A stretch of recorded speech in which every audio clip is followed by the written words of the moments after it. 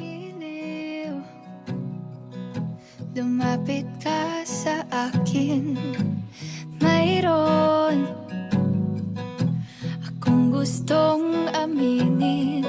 Bakit ang tamis ng hangin tuwing ika'y nakatingin